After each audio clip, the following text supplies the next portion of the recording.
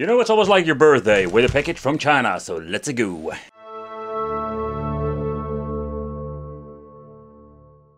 The RGB30 is known by its very interesting and strange display configuration.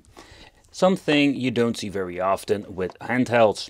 So they come in black, white, blue and other, what it needs to be. It comes in different colors. So in the box I ordered myself this bluish color and I really love it. Blue is my favorite color, so I just needed to pick it up. And the configuration of the display I already mentioned before is quite interesting. Another thing I also find quite nice, it comes with an IPS panel and the bezel is very slim. You don't really notice it if it's even turned off. Nevertheless, let's take a close look at the device today. Let's play some games because this thing is absolutely very cool for the money you're paying for it. But let's talk about the top part. So we're going to get 4 shoulder buttons. The 4 shoulder buttons is a configuration that we have seen with previous models of Powkiddy and Embernick. When you're looking at the front angle, here you can see there's quite some differences when it comes to the height of the 2 buttons. And that makes using the shoulder buttons on this particular device very comfortable.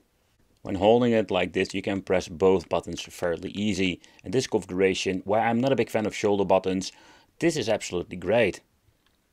We have a physical volume control. Then we're going to get a reset button, the on and off switch, and even have the option for an HDMI out.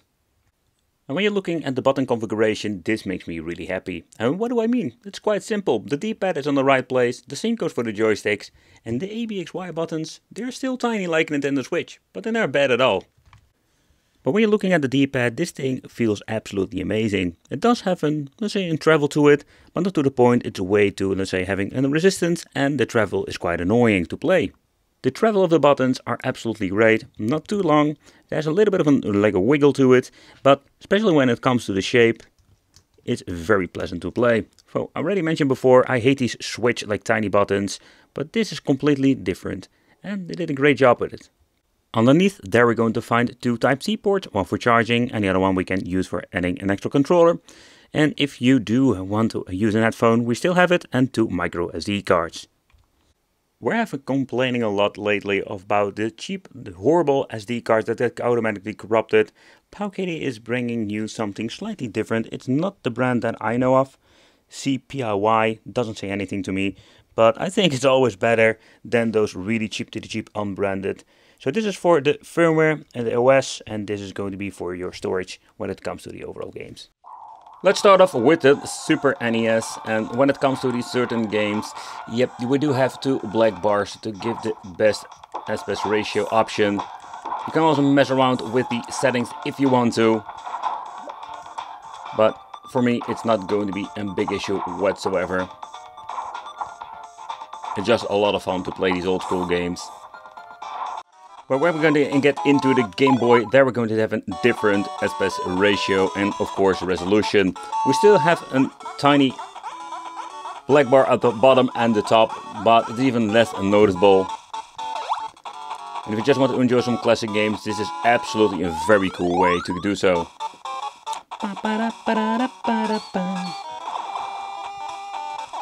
And there are so many hidden games, absolutely classics when it comes to the Game Boy Classic. And they look just freaking amazing on this beautiful display.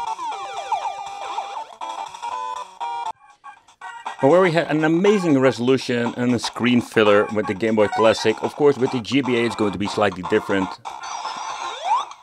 And the black bars are way more noticeable. If you just want to keep it on the right resolution, this is just actually one of the ways to play.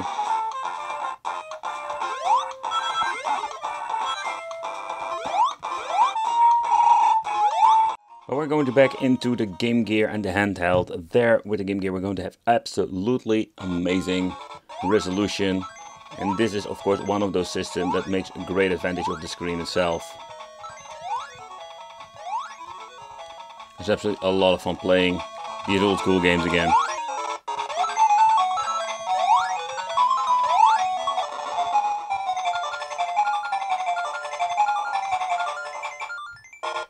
Oh, messed it up. Let's move into the home systems, and then first we're going to take a look at the Sega Genesis or Mega Drive, where I grew up with it. And it's absolutely looking great on the display with its crisp, clear IPS panel. But we do have bezels at the bottom and the top. I think they're not really annoying because they're not that gigantic compared with the Game Boy Advance, for example. So let's deep dive into the arcade part, because I just wanted to showcase what you actually can do with this. Of course, we can play a lot of cool games when it comes to arcades, but when it comes to Killer Instinct and Tekken, the more demanding ones, they will not run as well on this.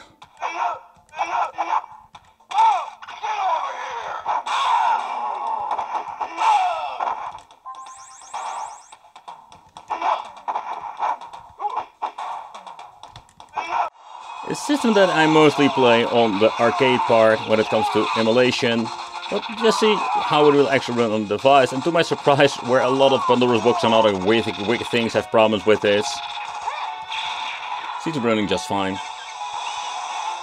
on a device like this.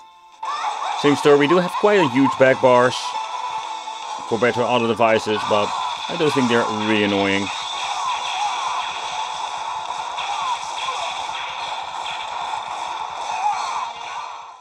But if you're looking at a device for N64 emulation on the go, when an N64 is, it's still absolutely a hit or miss.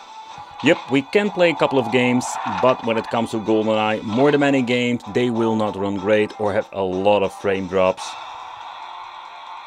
Something I really need to mention is the front-facing speakers of the RGB30. This sounds absolutely amazing. Just listen to it.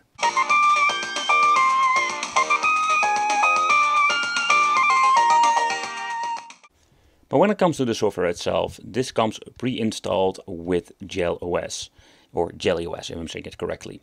And one thing is that it's absolutely a great piece of software, but take consideration it's highly possible when receiving this product that you don't have any audio whatsoever.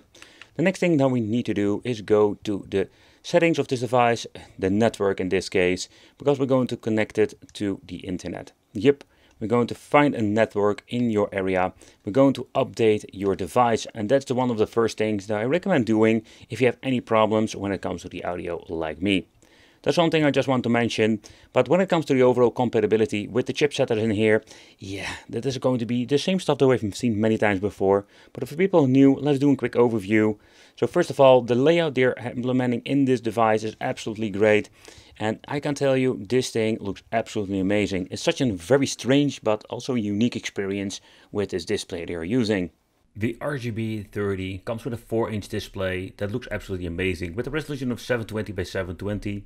The Rock chip 3566, that is an ARM Cortex quad-core running on 1.8 GHz. The Powkiddy RGB30 is a very interesting and unique concept.